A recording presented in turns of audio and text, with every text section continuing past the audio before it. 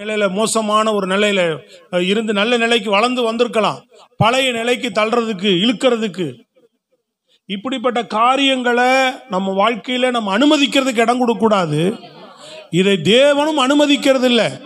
அதை அந்த அந்த வல்லமைகள் பின்தொடர்ந்து வரதான் பார்க்கும். ஆனா கர்த்தர் அதை தொடாதபடி என்ன பண்றார்?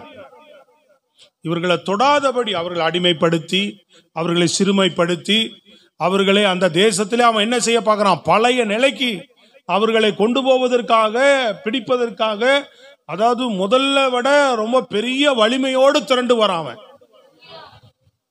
புரியுதுங்களா உங்களுக்கு? ஏன்னா இப்போ இவங்க பலப்பட்டிருக்கிறாங்க, இன்னும் பெரிய திறனோட போறாங்கன்னா அவன் என்ன செய்யறான்? பெரிய தன்னுடைய முழு சேனையும் திரட்டிக்கிட்டு வரான்.